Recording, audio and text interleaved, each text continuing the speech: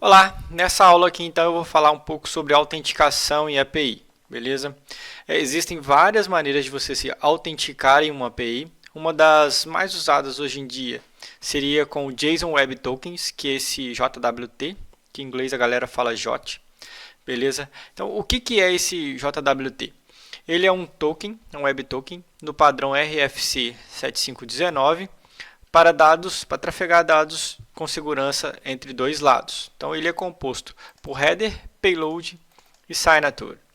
O header é onde fica o tipo de algoritmo usado para criptografia.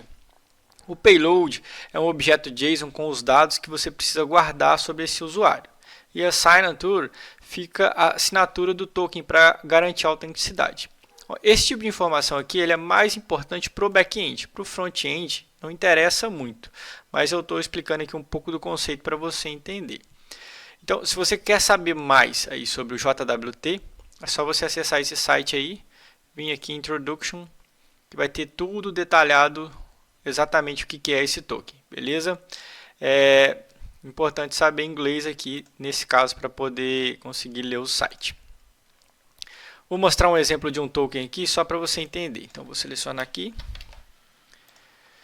Então, se eu vier aqui, eu consigo usar o debugger, beleza? Se eu jogar esse token aqui, ó, se eu der um Ctrl Z, observe que os dados aqui, ó, tá esse sub, name. Se eu jogar aqui, então tá os dados do meu token. Então, aqui o tipo de algoritmo que eu estou usando no header, beleza? O payload, ou seja, os dados do usuário que eu estou usando. O que significa isso? Significa que na hora que eu passar esse token lá para o meu back-end sabe quem é o usuário. Então, eu como aplicação web ali, front-end, eu não preciso saber quem é o usuário. Só preciso passar esse token que lá o meu back-end sabe quem é o usuário. O que significa? Vamos supor que eu quero buscar os agendamentos de um usuário aqui no aplicativo que eu vou desenvolver. Eu não preciso passar qual que é o ID do usuário. É só passar o token que lá no back-end ele consegue identificar quem que é esse usuário e já fazer o filtro automático. Então tudo isso é desenvolvido no back-end, não no front-end, beleza? E não é legal tentar decodificar esse token aqui no front-end. Você pode cometer um erro de segurança aí na sua aplicação. E aqui embaixo é a verificação da assinatura, ou seja, aqui ele está falando que a assinatura está inválida, então se eu postasse esse token no meu back-end, ele ia falar que a assinatura está inválida e não ia deixar. Então se eu jogar minha assinatura correta aqui, ele coloca aqui, ó, assinatura verificada. Aqui no payload eu posso colocar qualquer tipo de informação do usuário. Por exemplo, se eu quisesse colocar aqui e-mail, e-mail, dois pontos, contato, @fabricadecódigo.com. A informação está no payload. Esse passa a ser o meu novo token. Beleza? Então, se eu der um refresh aqui e jogar o token aqui de novo, olha lá, ele colocou até meu e-mail ali. Beleza? Para verificar a assinatura é só jogar a chave. Então, no back-end, isso tudo vai acontecer. Na hora que eu passar meu token, o back-end vai pegar ele, vai decodificar usando a assinatura que vai estar no back-end e vai conseguir identificar quem que é o usuário. Para efeitos de simulação de API, eu não vou conseguir fazer esse tipo de coisa, de mandar o token e minha API identificar quem é o usuário. Então, em alguns casos, eu vou passar o ID do usuário na mão, somente para poder conseguir filtrar os dados de maneira correta. Mas o certo é nunca decodificar esse token. Vou mostrar um exemplo aqui usando o Postman. Então, se você for usar a API para simular aí o banco de dados, esse aqui é o projeto, beleza? Aqui no package.json tem o comando para dar start sem autenticação, então eu estou apontando para esse barbearia.db, e aqui o start com autenticação, então eu estou mandando rodar esse node server, que é esse arquivo aqui, beleza? Não vou entrar nos detalhes desse arquivo porque não é o foco aqui desse hands-on. Não estou falando de back-end, estou falando de consumo de API. Então eu vou apenas rodar ele aqui usando npm run start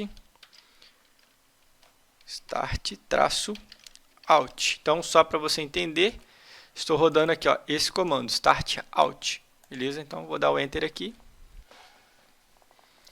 Bom, minha API já está rodando.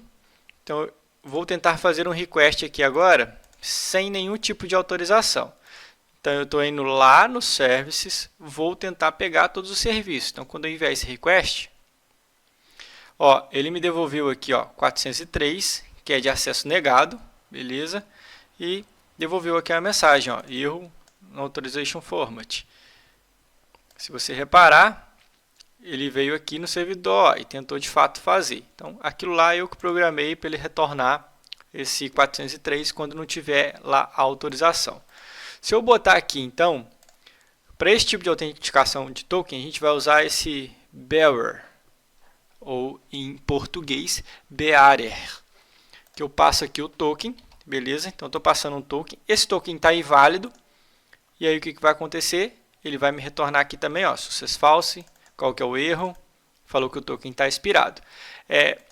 Só para você entender aqui também, quando eu configuro esse authorization, automaticamente ele adicionou aqui esse header, colocou aqui o tipo de autenticação e o token. Então, o que eu poderia fazer aqui também, para não usar esse cara no meu teste, seria vir aqui no header, adicionar aqui o authorization e colar aqui a autenticação. Então, vai dar erro porque eu não estou logado, deu exatamente o mesmo erro. Beleza? Então, eu tenho esses dois lados, mandar o authorization aqui ou por aqui. Então tá, iniciei minha aplicação, o usuário vai fazer o login. Então ele precisa fazer o login, ele vai chamar o request aqui, ó, de autenticação. E ele vai passar no body desse request, que é um post, o e-mail e a senha dele. Então eu estou passando esse dado, ele está descriptografado. Se alguém interceptar esse request, vai ter acesso ali o e-mail e a senha do usuário. Então qual que é o ideal? Não estou falando de API aqui, mas se você for construir uma API, o ideal é que a sua API tenha o HTTPS. Isso vai evitar esse tipo de situação de interceptar ali seu request e conseguir pegar os dados, porque o HTTPS vai dar uma encriptada ali, beleza? Então, sempre que você for colocar uma API em produção, lembra de colocar o HTTPS. Aqui, como que é localhost, então não tem problema. Então, eu vou enviar esse request. Ele vai me devolver o resultado aqui, ó. Então, ele me devolveu o Access Token. Então, geralmente, quando eu faço esse tipo de autenticação com JWT, ele vai me devolver exatamente uma propriedade como essa, escrito Access Token. Vou copiar esse token, vou voltar aqui no meu request de listar os serviços, vou apagar e colar o token novo. Então, feito isso, eu consegui executar o request normalmente. Beleza? Então, deixa eu só diminuir aqui. E aqui está todos os dados de serviço. A mesma coisa para os outros requests. Então, se eu fosse listar aqui um serviço só, jogar aqui meu token novo, ele também aqui, ó, devolveu os dados direitinho. Bom, beleza? No nosso exemplo aqui, eu vou usar essa autenticação para poder lá consumir a API e exibir os dados. Essa aula fica por aqui. Espero que você tenha entendido. Nas próximas aulas agora eu vou mostrar na prática como fazer com a aplicação web de Angular. Então eu vou dividir, vou fazer uma aplicação web e uma aplicação como se fosse nativa. Primeiro eu vou mostrar a parte web, como que eu faço as requisições, como que eu listo os dados, como eu armazeno a autenticação. E depois eu falo um pouco da parte nativa e eu vou falar também de cores, beleza? Então, até a próxima aula.